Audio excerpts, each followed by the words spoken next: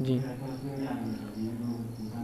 بہن ایک بڑا اچھا سوال کیا، اسی سوال سے آگے تھا ان کا سوال کہ اگر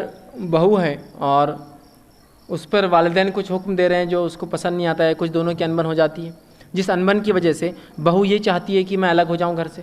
اور بیٹے سے کہتی ہے اپنے شوہر سے کہ الگ ہو جاؤ، ماں باپ کہتے ہیں کہ بیٹے کو الگ نہیں ہونا، اس معاملے میں ہم کیا کریں؟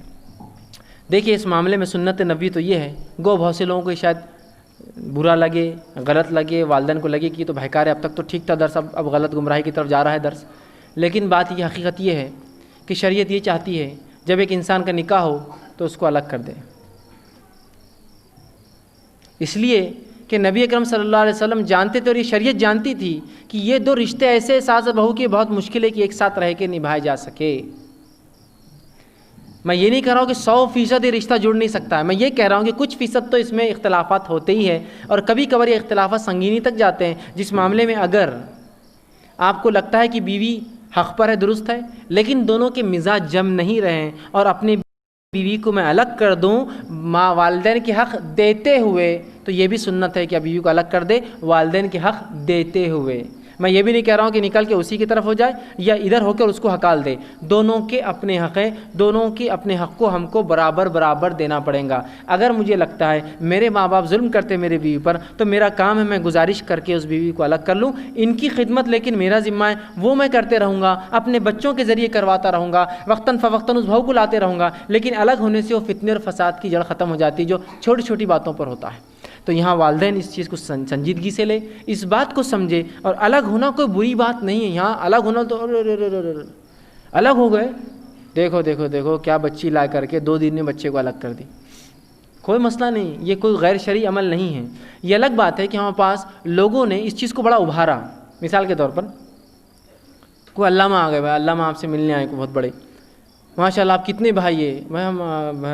علامہ ہم 5-10 بھائی ہیں، 15 بھائی، اوہ ماشاء اللہ ایک ساتھ رہتے، ایک گھر میں رہتے، ایک چولہے میں کھاتے، اوہ ایسے گھر کہاں ملتے آج ایک ساتھ رہنے کے؟ سوال یہ کیا شریعت نے ایسے گھروں کی اجازت دی؟ ایک ساتھ ایک جگہ پکانا، ایک جگہ کھانا، ایک جگہ بھابیاں اور آپ کے سب بیٹھ کے کھا رہے ہنس رہے، اس کی اجازت دی ہے کیا؟ ہم نے ان گھروں کو بڑھاوا دیا، ایسے فیملیز کو جو جوائنٹ فیملی شریعت اجازت دیتی ہے، لیکن جوائنٹ کا معنی نہیں ہے کہ پورے چپکے ہوئے ایک دوسرے کو، بس کھانا بھی ساتھ ہو رہا، مطلب بھابھی کا کوئی دیور سے پردہ نہیں، اس کا اس سے نہیں، پورا بس ایک دم معاملہ کھلم کھلا چل رہا، نہیں، جوائنٹ فیملی سے مراد یہ کہ ایک گھر میں الگ چولہے اور الگ پردے کے ساتھ آپ رہیے، گو کھانا مرد ایک ساتھ لا کر کھائے، عورتیں ایک ساتھ کھائے، لیکن جوائنٹ فیملی کا یہ معنی نہیں ہونا۔ یہ چاہیے کہ ایک کا نکاح ہوا، چونکہ یہ لڑکی جو میرے گھر میں آ رہی سسر ہے سمجھ لیجیے میں، اور میں نے اپنے بچے کا نکاح کیا، تو یہ لڑکی جو آ رہی ہے میرے دوسروں بیٹوں کے لیے محرم نہیں ہے، تو یہ مسئلہ کیسا ہوگا؟ تو اس کو الگ پکانے کا جگہ دینا ہوں گی، اور یہ پردے کے نظم کے ساتھ گھر میں رہیں گی، تو یہ ہوا دوسرا چولہا، ایک چولہا ماں چلائیں گے، ایک چولہا یہ، ہاں کھانا ایک ساتھ لا کر آپ پورے مرد ایک ساتھ کھائیے، پھر عورتیں ایک ساتھ کھائیے، وہ ایک الگ مسئلہ ہے۔ دوسرے بیٹے کا نکاح اس کا الگ، اس لیے کہ سب کا انکم گروپ بھی الگ ہوتا ہے۔ میرا انکم گروپ اتنا ہے، میری تنخواہ اتنی ہے، میری کمائی اتنی ہے کہ میں چاہتا ہوں کہ آج چکن کھاؤں، میرے لیکن 5 بھائیوں کی تنخواہ اتنی نہیں ہے۔ اب کیا شروع ہوتا کلیش کہ کھانا ہے تھوڑا سا کھاؤ، چکن اندر کھائیں گے اپنے گھر میں کمرے میں۔ اس میں ہوتا یہ کہ بچے کیا کرتے ہیں، پھر بچے بولتے ہیں کہ ہم کیوں ان سے ڈرنا، چچا سے ڈر کے کوئی کھائیں گے ہم، چچی کی وجہ سے ہم کو پیچھے رہیں گے، چچیرے بھائی، دشمنیاں شروع ہوتی ہے، بغض اور نفرت ہوتی ہے۔ تو رہتے تو ساتھ ہے، لیکن جب بھی اپنے سسرال جاتی ہے یہ عورتیں تو ان کو گالیاں دیتی ہے کہ ہمارے فلاں فلاں یہ جاتے ہیں، تو نزدیک رہ کے بھی دل دور ہوتے ہیں۔ اس سے اچھا ہے دور دور رہ کے دل نزدیک رکھو،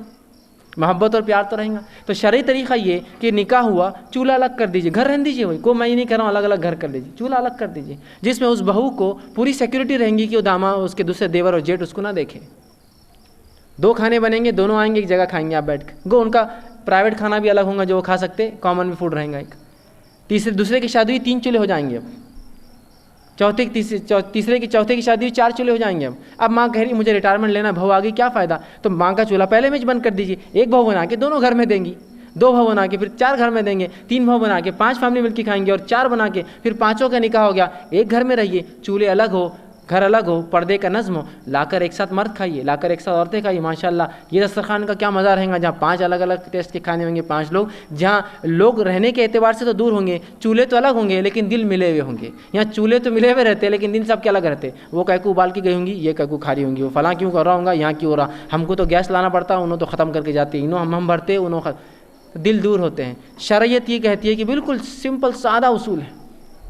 تو اسی طرح اگر آپ کو لگتا ہے شرعی اعتبار سے بہو میں اور ساس میں نہیں جم رہی ہے تو شریعت یہ کہتی ہے اس کو الگ کر دو. الگ سے مراد ہر بار گھر سے دور جانا نہیں ہے. آپ والد سے کہیں والد صاحب وہ ایک کمرے میں کچھ چولہا الگ کرنے کی اجازت دے دیجئے, میں چولہا الگ کر لیتا ہوں, صرف چولہا الگ کر لیجئے, اب 2 کھانے بن کے آئیں گے, ساتھ کھائیے آپ وہاں جا کر.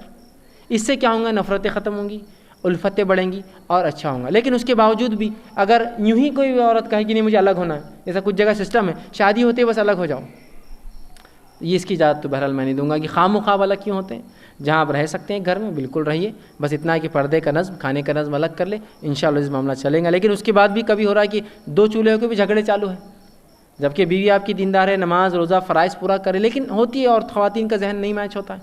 اس معاملے میں آپ تھوڑا دور کر لیں پھر اس سے. لیکن والدین کے حق آپ پہ رہیں گے, ان کی خدمت آپ پہ رہیں گی, ان کی اطاعت آپ پہ رہیں گی.